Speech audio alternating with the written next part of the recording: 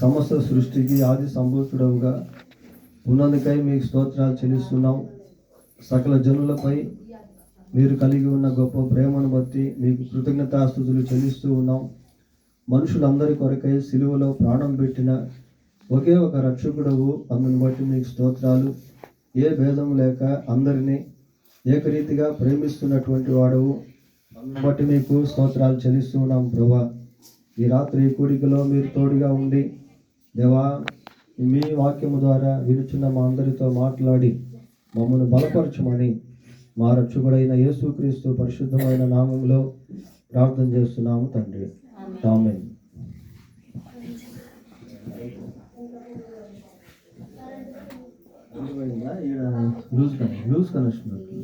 లేదా గారు మొత్తం బయట మొత్తం పోయి దానికి ఛార్జింగ్ ఉంటుంది, ఇన్బుల్ట్ ఛార్జింగ్.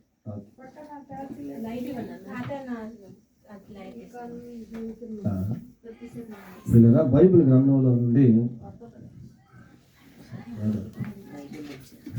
లూకాసు వార్త, బైబిల్ గ్రంథంలో నుండి లూకాసు వార్త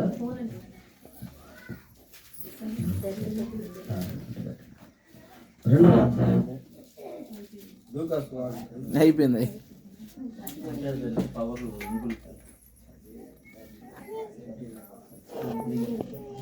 లూకాసు వార్త 2వ అధ్యాయము 36వ వచనం నుండి 38వ వచనం వరకు చదువుకుందాం. మరియు ఆషేరు గోత్రికురాలును పనూయేలు కుమార్తెయునైన అన్నా అను ఒక ప్రవక్తి ఉండెను. ఆమె కన్యత్వము మొదలు 7 ఏండ్లు పెనిమిటితో సంసారం చేసి బహుకాలము గడిచినదై 84 సంవత్సరములు విధవరాలై ఉండి దేవాలయము విడువక ఉపవాస ప్రార్థనలతో రేయిం బగళ్ళు సేవ చేయుచుండెను. ఆమె కూడా ఆ గడియలోనే లోపలికి వచ్చి దేవుణ్ణి కొనియాడి యెరూషలేములో విమోచనము కొరకు కనిపెట్టుచున్న వారందరితో ఆయనను గురించి మాట్లాడుచుండెను. మనం చదువుకున్నటువంటి వాక్య భాగములో అన్నా అనేటువంటి ఒక స్త్రీ మనకు కనబడతాం. ఈమె ఎవరు అంటే ఈమె ఒక ప్రవక్త్రిగా పిలువబడతా ఉన్నమాట. ప్రవక్త్రి అంటే ప్రవచనాలు చెప్పేటువంటి వ్యక్తి. మరి బైబిల్లో ఎంతో మంది ప్రవక్తలను మనం చూస్తాం. పెద్ద ప్రవక్తలని, చిన్న ప్రవక్తలని అనేక మంది అటు పాత నిబంధన గ్రంథంలో, క్రొత్త నిబంధన గ్రంథంలో కూడా అక్కడక్కడ మనకు కనిపిస్తారు. అయితే స్త్రీలు ప్రవచించేటువంటి వారుగా ఉండుట అనేది అరుదు. అది కొద్ది మంది మాత్రమే ఆ రీతిగా బైబిల్లో ఉన్నారు. మరి దెబోరా ప్రవచించినటువంటి స్త్రీగా కనబడుతుంది. సువార్తికుడైన ఫిలిప్పు యొక్క కుమార్తెలు, 4 కుమార్తెలు, వారు ప్రవచించేటువంటి వారుగా ఉన్నట్టు బైబిల్లో మనం చూస్తాం. ఇంకా అక్కడక్కడ కొద్దిమంది పేర్లు చెప్పబడినటువంటి ప్రవక్త్రులు కూడా ఉన్నారు. మరి అన్నాను దేవుడు ఒక ప్రవక్త్రిగా, అంటే దేవుని యొక్క మాటలు ఇతరులకు చెప్పేటువంటి స్త్రీగా అన్నాను దేవుడు చేస్తున్నాడు. మరి అన్న ఎంతవరకు చదువుకుందో, ఆమె ఎటువంటి జ్ఞానం కలిగినటువంటి స్త్రీయో మనకు బైబిల్లో చెప్పబడలేదు. అయితే ఇక్కడ మనం గమనించాల్సింది ఏంటి అంటే, దేవుడు పక్షపాతము లేనటువంటి వాడు. ఆయన నిరుపేదలను కూడా ప్రేమించేటువంటి వాడు, బలహీనులను కూడా వాడుకునేటువంటి వాడు. బైబిల్లో ప్రవక్తలను గురించి, కొద్దిమంది భక్తులను గురించి మనం ఆలోచన చేసినప్పుడు ఆమోసు అనేటువంటి ఒక ఆయన మనకు కనిపిస్తాడు. ఆయన తన గురించి మాట్లాడుకుంటూ ఏమంటాడు అంటే, నేను పశువుల కాపరిని, మేడి పండు ఏరుకునేటువంటి వాడిని, అటువంటి వ్యక్తినైనా నన్ను దేవుడు పిలిచాడు. చూడండి, ఆమోసు ప్రవక్త కాకపోయినా, ప్రవక్త శిష్యులలో ఒక శిష్యుడు కాకపోయినా, పశువుల కాపరిగా ఉన్నటువంటి వ్యక్తిని దేవుడు ఏర్పాటు చేస్తున్నాడు. ఏర్పాటు చేసుకొని ఆ వ్యక్తిని ఒక ప్రవక్తగా చేశాడు. ప్రియులారా, దేవునికి పక్షపాతం అనేటువంటిది లేదు. ఆడవారు మగవారు అని, పిల్లలని పెద్దవారు అని, చదువులని చదువు లేనటువంటి వారని, ధనికులని పేదవారని, పండితులని పామరులని, ఇటువంటి ఏ భేదము దేవునికి లేదు. అలాగనే బైబిల్లో మనం గమనించినప్పుడు దావీదుని గురించి మనం చూస్తాం. దావీదు గొర్రెల కాపరిగా ఉన్నాడు.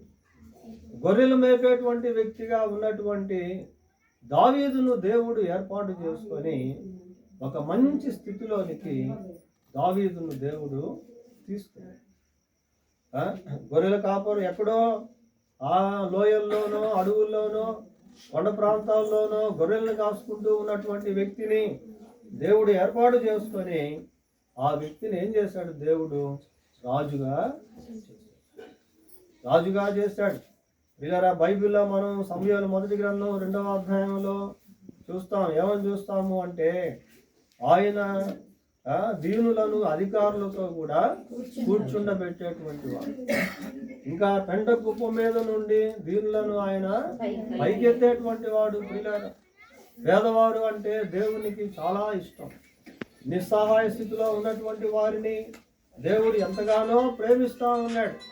ఇంకా బైబిల్లో మనం గమనించినప్పుడు పేతురు యోహానులు మనకు కనిపిస్తారు. వారు ఎలాంటి వారు అంటే, వారు చేపలు పట్టేటువంటి వాళ్ళు, బెస్తవారు వాళ్ళు. యేసుక్రీస్తు ప్రభు వారిని ఏర్పాటు చేసుకున్నాడు. వారిని శిష్యులుగా చేసుకొని వారి ద్వారా గొప్ప పరిచర్యను జరిగించాడు. మరి మన జీవితంలో కూడా దేవుడు మరి ఎటువంటి పక్షపాతం లేనటువంటి వాడిగా ఉన్నాడు అన్న విషయాన్ని మనం జ్ఞాపకం ఉంచుకోవాలి. అయితే ఈమె ప్రవక్త్రిగా ఉంది, కానీ ఈమె జీవితంలో కొన్ని విషాద ఛాయలు మనకు కనబడుతూ ఉన్నాయి. ఏంటి ఆ విషాద ఛాయలు అంటే, వివాహమైన సుమారుగా 7 సంవత్సరాలకే భర్త చనిపోయాడు. ప్రియులారా, మరి భర్త చనిపోయినటువంటి జీవితం ఎంతో భారభరితమైంది. ఆ కుటుంబ పోషణ ఎంతో కష్టతరమైనటువంటిది. ఆ కుటుంబంలో ఎంతో నిస్సహాయ స్థితి, ఆ కుటుంబంలో ఎంతో బాధ, ఎంతో వేదన, ఎంతో దుఃఖం. మాకు తెలిసిన ఒక ఫ్యామిలీ ఉన్నారు. వారు మన అనాస్పూర్కి కూడా 2 times వచ్చారు. మంచి ఫ్యామిలీ. భర్త బాగా ఉద్యోగం చేసుకునేవాడు, భార్య గవర్నమెంట్ టీచరు. వాళ్ళు సేవలో కూడా నెల్లూరులో చక్కగా సహకరించేవాడు. అనాస్పూర్కి కూడా 2 times వచ్చారు వాళ్ళు. నేను ఈరోజు ఫోన్ చూస్తూ ఉంటే వాట్సాప్లో ఆయన గురించి ఒక ఫోటో వచ్చింది. ఆయనకి ఆరోగ్యం బాగలేక గుంటూరు ప్రాంతంలో మరి ట్రీట్మెంట్ పొందుతూ డయాలసిస్ చేస్తూ ఉన్నారు. డయాలసిస్ చేస్తున్నటువంటి ఆ సమయంలో ఉన్నట్టుండి హార్ట్ ఫెయిల్ అయిపోయి ఆకస్మికంగా చనిపోయాడు. ఆ ఫోటో నాకు వచ్చేసరికి నా గుండె ఎంతో తరుక్కుపోయింది. అయ్యో ఏంటి నిజమేనా అని చెప్పి ఆమెకి నేను ఫోన్ చేస్తే ఒంగోలులో ఉన్నారు. ఒక్కసారిగా నా ఫోను ఆమె చూసిన వెంటనే భయంకరంగా ఏడుస్తూ ఉంది. ఎందుకంటే మనకు బాగా పరిచయమైనటువంటి వాళ్ళు. భయంకరంగా ఏడుస్తూ ఉంది.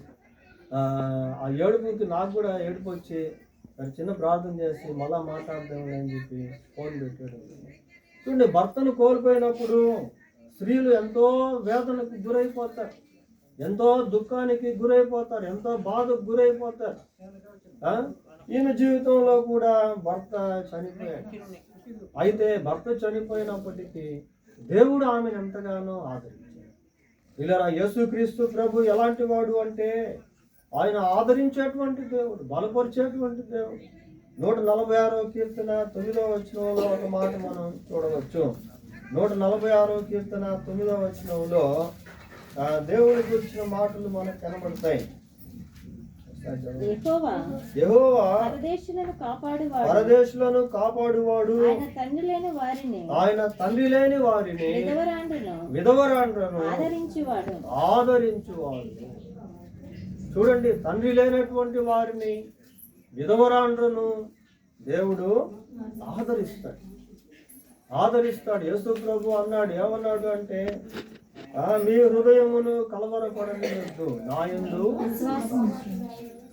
నేను మిమ్మును అనాథులుగా విడువను అన్నాడు. కాబట్టి యేసు అమ్మా వాక్యం ఉంటుందా అక్కడ పనులు మార్తమ్మలా పని చేస్తుంది వినమనండి. యేసుక్రీస్తు ప్రభు ఆదరించేటువంటి దేవుడు, ఆయన బలపరిచేటువంటి దేవుడు. పిల్లరా, నేను మిమ్మల్ని అనాథులుగా విడువను అని యేసుక్రీస్తు ప్రభు విధవరాల పట్ల ఆయన కృప చూపించేటువంటి దేవుడు. తండ్రి లేనటువంటి వారి పట్ల ఆయన దయ చూపించేటువంటి దేవుడు. పిల్లరా, మరి ఈమె భర్త చనిపోయింది, ఆమె ఎంతో దుఃఖంలో దేవుని చేత ఆదరించబడింది. 37వ వచనం చదువుకున్నాం. లూకా సువార్త 84 సంవత్సరములు 84 సంవత్సరములు విధవరాలై ఉండి దేవాలయమును విడువక ఎన్ని సంవత్సరాలట? 84 సంవత్సరాలు. 84 సంవత్సరాలు నిజంగా బ్రతకడం అంటే చాలా గొప్ప విషయం. మోషే 90వ కీర్తనలో నరుని ఆయుష్కాలం గురించి రాశాడు. నరుని ఆయుష్కాలము 70 సంవత్సరములు, అధిక బలం ఉన్న ఎడల 80 సంవత్సరములు. అంటే ఈమెకు అధిక బలం అయిపోయిన తర్వాత కూడా బ్రతికాము. దేవుడు దీర్ఘాయువును ఈమెకు అనుగ్రహించాడు. పిల్లగా 84 సంవత్సరాలు మరి ఆమె దీర్ఘాయువును కలిగి జీవిస్తాము. 84 సంవత్సరాల వయసులో కూడా ఆమె ఎలాగుంది అంటే మరి దేవుని గురించి దేవాలయమును విడువక. చూడండి ఎలాగుందో, అంటే దేవునికి సాక్షిగా జీవిస్తా ఉంది. పిల్లరా, మరి వృద్ధాపంలో దేవునికి సాక్షులుగా జీవించేటువంటి వారిని దేవుడు ఏం చేస్తాడు అంటే వారిని చిగురింపజేస్తాడు. ఆ మాట కూడా బైబిల్లో చూద్దాం. 92వ కీర్తన 15వ వచనం చదవండి. 14 నుంచి చదవండి. నాకు ఆశ్రయ దుర్గమైన యెహోవా యథార్థవంతుడనియు ఆయన యందు ఏ చెడుతనమును లేదనియు ప్రసిద్ధి చేయుటకై. చూడండి పిల్లారా, నాకు ఆశ్రయ దుర్గమైన యెహోవా ఏమని చదువుతున్నాము? యథార్థవంతుడని. అంటే ఆశ్రయ దుర్గముగా ఈ వృద్ధులు, వృద్ధాపంలో ఉన్నటువంటి వ్యక్తి దేవుణ్ణి ఆశ్రయ దుర్గంగా చేసుకున్నాడు. మనం దేవుణ్ణి ఆశ్రయ దుర్గముగా చేసుకోవాలి. మన జీవితంలో ఏ కష్టం వచ్చినా, శ్రమ వచ్చినా, బాధ వచ్చినా, భయం వచ్చినా, వేదన వచ్చినా దేవుని దగ్గరికి వెళ్ళిపోవాలి. మనుషుల దగ్గరికి కాదు, కానీ దేవుణ్ణి ఆశ్రయ దుర్గముగా చేసుకోవాలి. ఆయన యథార్థతను గురించి ప్రకటించేటువంటి వారు ఎలా ఉంటారట? ముసలితనమందు ఇంకా చిగురు పెట్టుదురు, సారము కలిగి పచ్చగా ఉంది. ముసలితనమందు ఇంకా చిగురు పెడతా ఉంటారట పిల్లలు. అంటే వృద్ధాపంలో కూడా దేవుడు వారిని ఏం చేస్తాడు అంటే చిగురింపజేస్తా ఉంటాడు. దేవుడు నూతన బలాన్ని, శక్తిని వారికి అనుగ్రహిస్తాడు. వృద్ధాపం ఎంతో భారభరితమైనటువంటిది, ఎంతో ఇతరులపై ఆధారపడాల్సినటువంటిది, వారికి వారు పని చేసుకోలేనటువంటి స్థితి.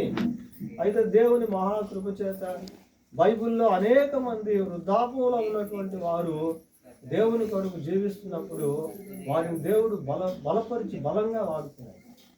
మోషే 120 సంవత్సరాలు జీవించినప్పుడు ఆయనకు ఎక్కడ కూడా శక్తి తగ్గలేదు, ఆ చూపు మందగిల్లలేదు.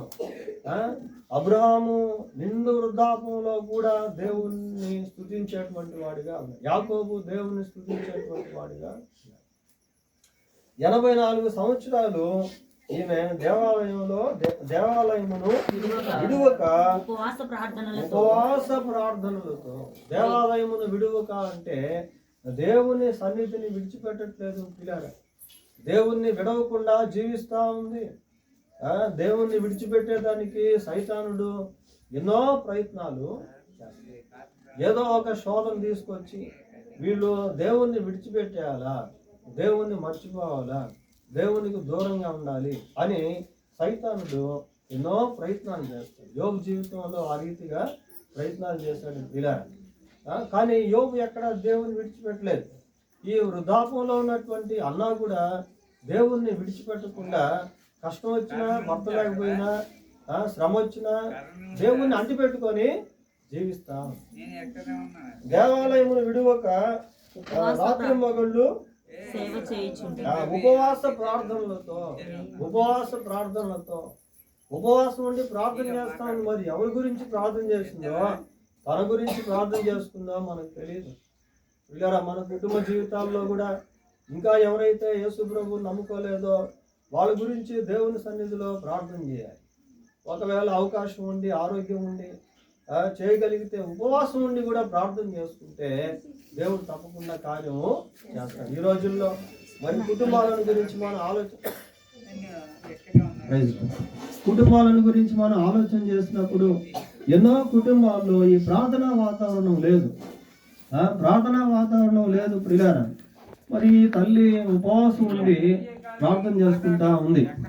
మరి కుటుంబాల్లో ఎవరైతే ఈ చీకటి శక్తుల చేత పీడించబడతా ఉన్నారో, కుటుంబాల్లో ఎవరైతే నెమ్మది లేని స్థితిలో జీవిస్తూ ఉన్నారో, కుటుంబాల్లో ఎవరైతే సమస్యలతో సతమతం అవుతున్నారో, కుటుంబాల్లో ఎవరైతే ఈ సైతాను శక్తుల చేత పీడించబడుతూ ఉన్నారో వారి నిమిత్తం ప్రార్థన చేయడం అనేటువంటిది చాలా అవసరం ప్రియులారా. ఈ తల్లి మరి ఉపవాసం ఉండి ప్రార్థన చేస్తూ ఉంది. ఉపవాస ప్రార్థనలో చాలా శక్తి అనేటువంటిది ఉంటుంది. ఉపవాస ప్రార్థన చేస్తున్నప్పుడు దురాత్మలు అక్కడి నుంచి వెళ్ళిపోతాయి ప్రియులారా. మరి అన్న 84 సంవత్సరాలు దేవాలయమును విడిచిపెట్టకుండా ఉపవాస ప్రార్థనలు చేస్తూ ఏం చేస్తా ఉంది? రేయింబగళ్ళు సేవ చేయుచుండెను. ఆమె కూడా ఆ గడియలోనే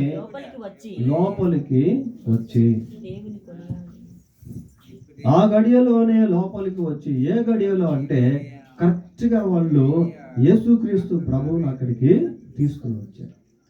యేసు ప్రభువును తీసుకుని వచ్చినటువంటి ఆ గడియలోనే ఆమె కూడా కరెక్ట్గా లోపలికి రావడం జరిగింది ప్రియులారా.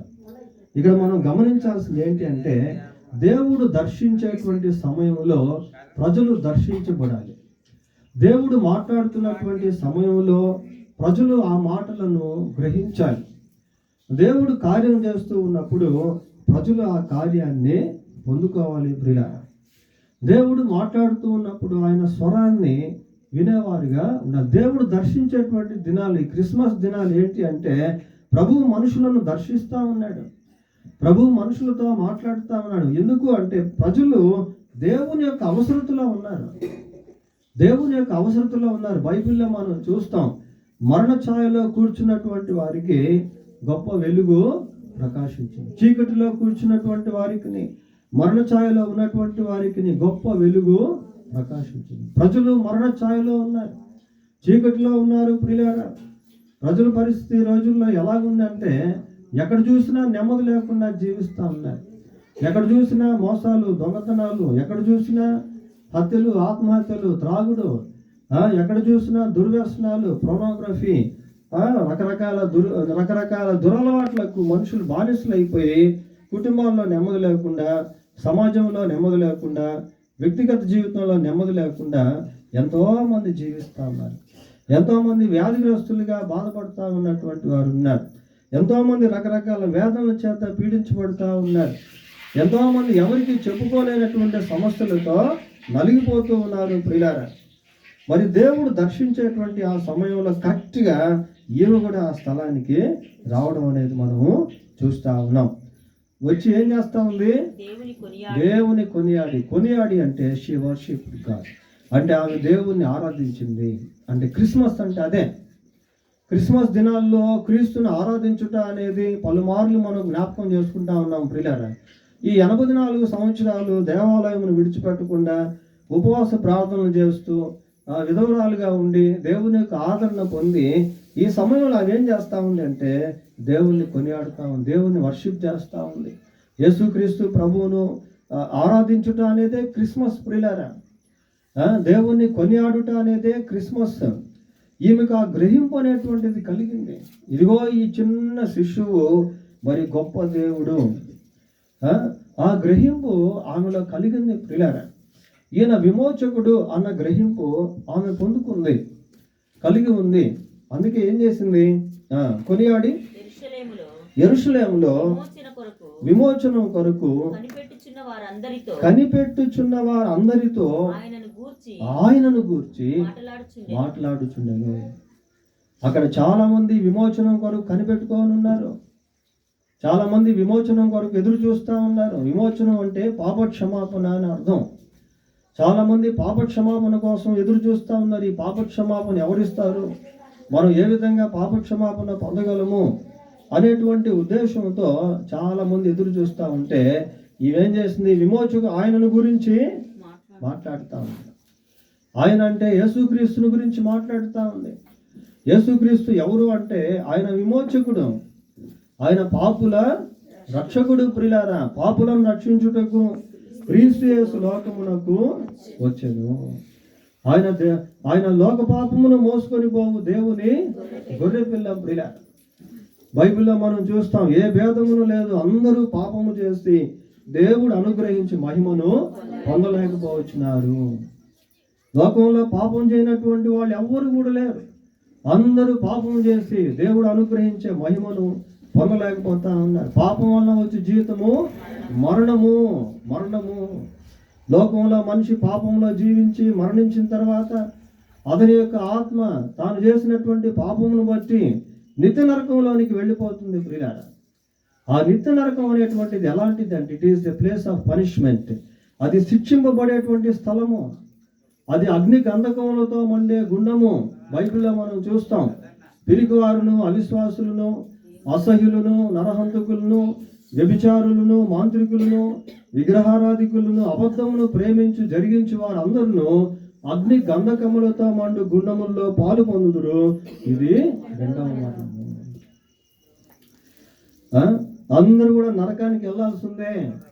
అయితే ఆ నరకం నుండి రక్షించేదానికి ఏ దేవుడైతే మానవులను సృష్టించాడో ఆ దేవుడు ఈ భూమి మీదకి వచ్చాడు.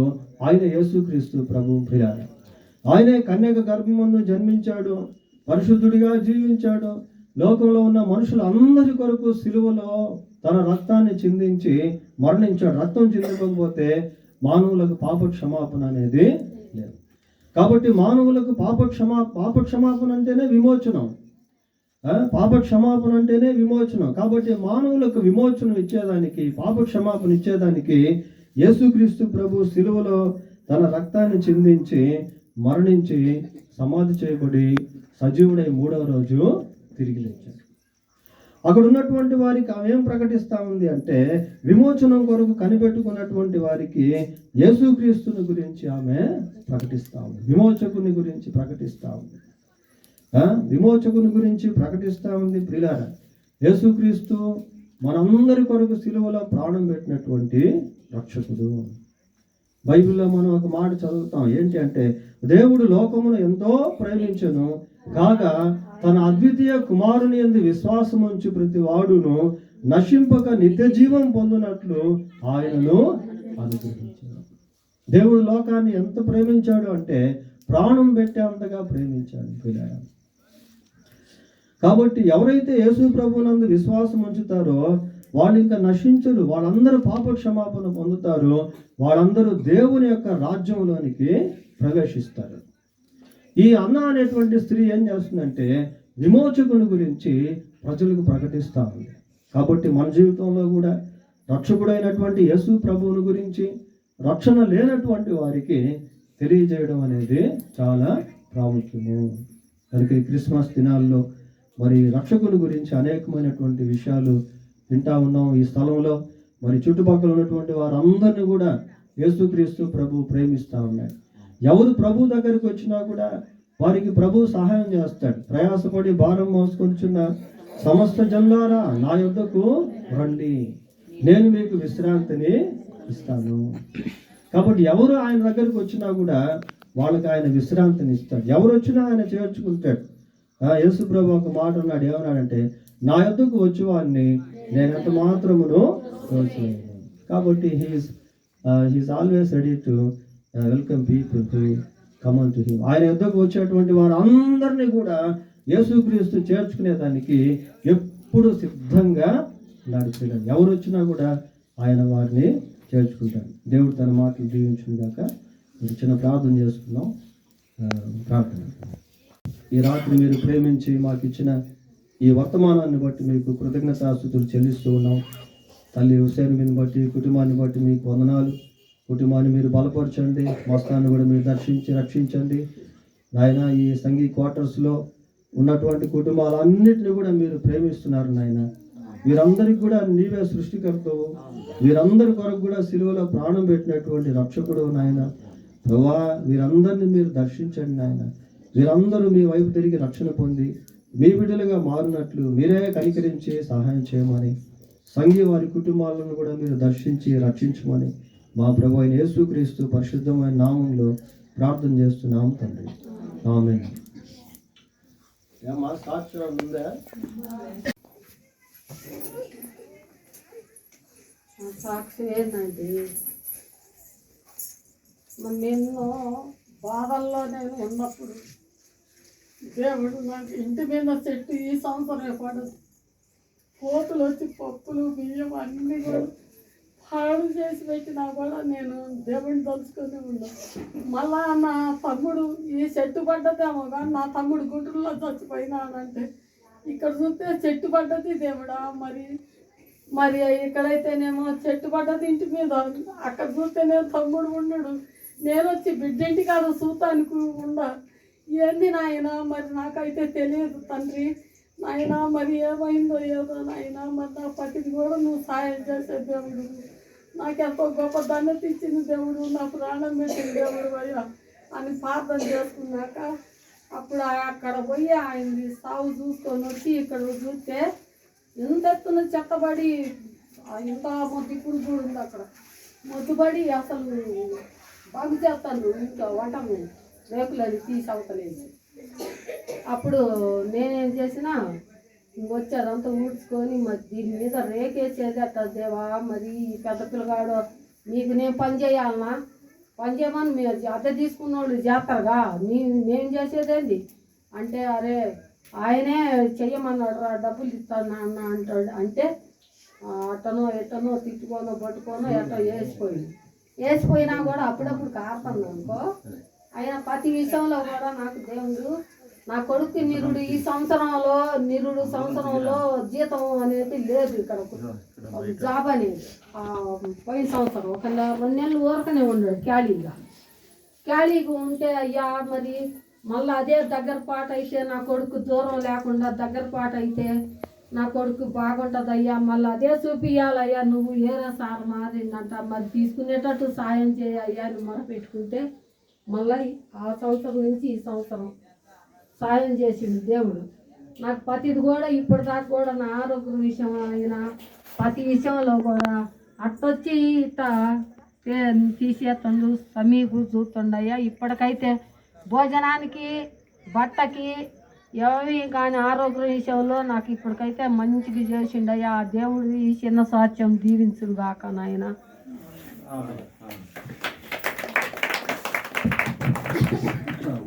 చాలా సంతోషం. మరి తల్లి హుస్సేన్ని ముస్లిమ్స్ నుంచి యేసు ప్రభువుని నమ్ముకొని బాప్తిసం తీసుకొని నేడు ప్రభువుకు సాక్షిగా ఉంది. అందుని బట్టి దేవుని స్తోత్రాలు. ఇంకా వీరి కుటుంబీకులు మారు మనసు పొందాలి, వారి కొరకు కూడా మనం ప్రార్థన చేద్దాం. రేపు మన క్రిస్మస్ ప్రోకుడికి ఎక్కడ లేదు, ఎల్లుండి మాత్రం పాస్టర్ రాజు గారి తరపున మందిరంలో క్రిస్మస్ ప్రోకుడికి ఉంటుంది. అలాగే 19వ తేదీ గురువారం శ్రీను లక్ష్మి వారి తరపున వారి ఇంటి దగ్గర ప్రియా డైరీ ప్రాంతంలో క్రిస్మస్ ప్రోకుడిగా ప్రార్థన చేసుకున్నాం. ప్రభా మీకు వందనాలు, స్తోత్రాలు. తల్లి హుస్సేన్ బట్టి కుటుంబాన్ని బట్టి మీకు వందనాలు. మా స్థానాన్ని కూడా మీరు దర్శించి రక్షించండి. అస్సాంది వారి కుటుంబం మీరా వారి కుటుంబాలను దర్శించి రక్షించండి. కూడి వచ్చిన సంఘాన్ని కూడా మీరు దీవించండి. చుట్టుపక్కల ఉన్నటువంటి వారిని కూడా మీ కృపలో జ్ఞాపకం చేసుకొని రానున్నటువంటి దినాల్లో ఈ ప్రాంతంలో కూడా ప్రభా మీ సత్సువార్త ప్రకటించబడి అనేకులు మారు మనసు పొంది రక్షణ పొంది మీ బిడ్డలుగా మారునట్లు సహాయం చేయండి. రాత్రి మీరు జరిగించిన కూడికను బట్టి మీకు స్తోత్రాలు చెల్లిస్తూ ఘనత మహిమ ప్రభావం మీకు ఆరోపిస్తూ ఈ వారంలో జరిగే కార్యక్రమాలన్నింటినీ మీ చేతులకు అప్పగిస్తూ మా రక్షకుడైన యేసుక్రీస్తు పరిశుద్ధమైన నామంలో ప్రార్థన చేస్తున్నాము తండ్రి. ఆమేన్. మన తండ్రి అయిన దేవుని ప్రేమ, మన ప్రభు అయిన యేసుక్రీస్తు యొక్క కృప, పరిశుద్ధాత్మ దేవుని యొక్క సన్నిధి సహవాసము మనకు కుటుంబాలకు అలాగే తల్లి హుసేన్ మీకు వారి కుటుంబానికి చుట్టుపక్కల ఉన్నటువంటి వారందరికీ తోడై ఉండి కాపాడును గాక. ఆమేన్. ఆమేన్.